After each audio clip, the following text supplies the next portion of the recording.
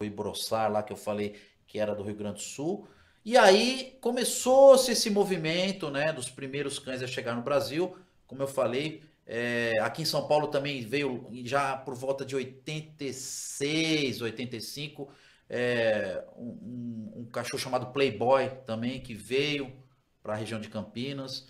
E aí, então esse processo começa, esses cães começam a se miscigenar, mas é um processo lógico que Sim, demorou sim, sim, décadas, sim, né? sim, sim. Mas o pontapé inicial foi dessa forma Tanto é aí. que eu nem sabia que começou no final da década de 70.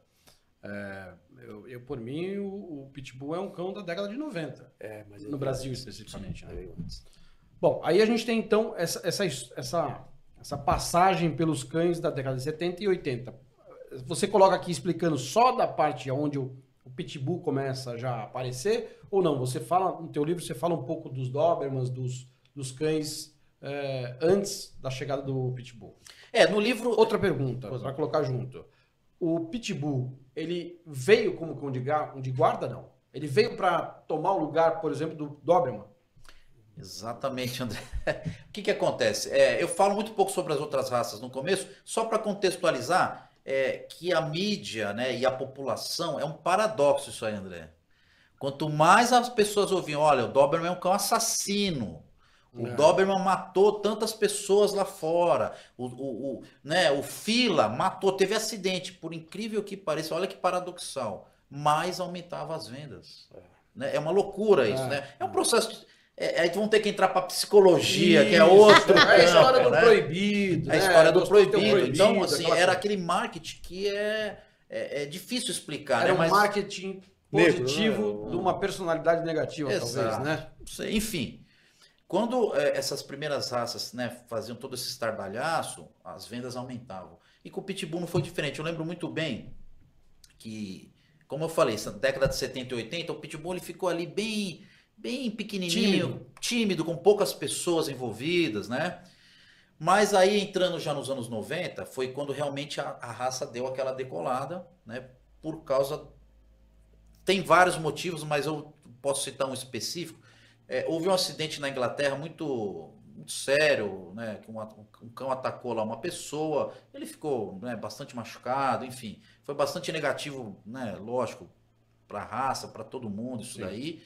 E teve uma matéria no Fantástico. Eu lembro que eu assisti, inclusive, essa matéria, né? Eu ia te perguntar sobre isso. Exato, mas inclusive eles nem mostravam muito o cão, porque aqui no Brasil ninguém conhecia Pitbull. Eu, particularmente, nunca tinha ouvido falar. O Pitbull, para quem não conhecia, até quando ele começou a chegar aqui e tal, ele era muito estigmatizado como um vira-lata. Né? Porque ninguém conhecia meio que a raça, falava, deve ser vira-lata, mistura de alguma coisa com alguma coisa. Né? E ninguém conhecia, de fato, a raça. Né? É uma raça centenária, André, né? Que ela foi desenvolvida nos Estados Unidos há muitos anos, enfim, desde 1890 nós temos lá clubes que já registravam a raça. Mas, enfim, esses cães começaram a causar acidente lá fora. Teve uma matéria no Fantástico falando, aconteceu exatamente esse fenômeno que eu falei. Né? Ao invés das pessoas, muitos, lógico, ficaram com medo, não, pelo amor de Deus, só que...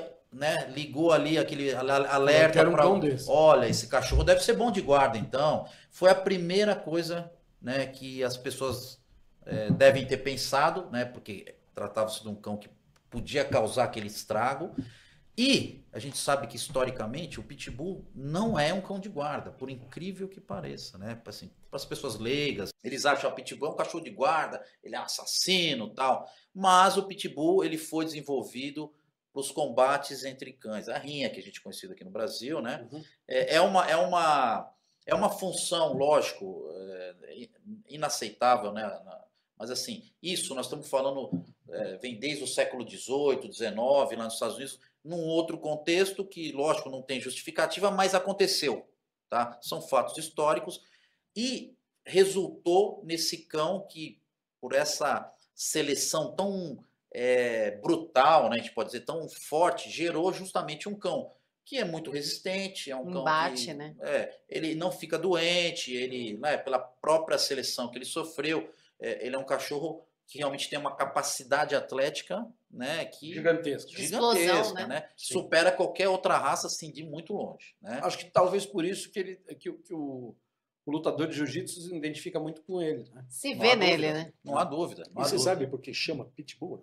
Não faço ideia. Olha que pergunta Não boa. sei, eu podia passar para o mestre falar, mas eu acabei até Você puxou para você, atropelando. você tirou a graça Não, dele. mas eu Ele quero, até falou eu no até início do quero que episódio, ele falou, fale. eu quero falar por que chama pitbull, Não, você tirou dele. Eu quero que ele fale. Eu te perguntei, mas era deixar esse gancho para ele falar. O nome da raça é American Pit Bull Terrier, né? São PBT, 4 lembra o termos, PBT? né? Sim, São sim, 4 termos que cada um tem um significado. O Bull Terrier é porque alguns historiadores e criadores, na verdade foi um processo também bem complexo, mas de forma bem resumida aqui, alguns criadores que deram esse nome, né, os primeiros clubes, acreditam que a raça se iniciou lá na Inglaterra, enfim, lá na Europa, com uma junção entre bulldogs, e não é o bulldog inglês que a gente conhece hoje, aquele todo atarracadinho, era bulldogs que realmente enfrentavam touros, Sim. né, bulls, né, em arenas,